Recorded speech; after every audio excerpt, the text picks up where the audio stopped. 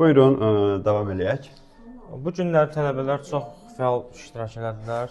Demək olar çox yaxşı şəkildə, yəni hər şey yüksək səviyyədə. Həvəs Yəni ilk göstərdilər. olaraq ilk heykəllər üçün, yəni bu formada, yəni yığmaqları doğrudan da çox yaxşıdır, çox gözəldir. Aha. Tələbələr də mənim arzum odur ki, həvəsdən heç vaxt dönməsinlər. Tez-tez master klasslar, fərq etməz bizim kursun master klassları, başqa kursun master klassları qatılın. Əgər bu sənəti siz seçmisinizsə, heç zaman dönməyin.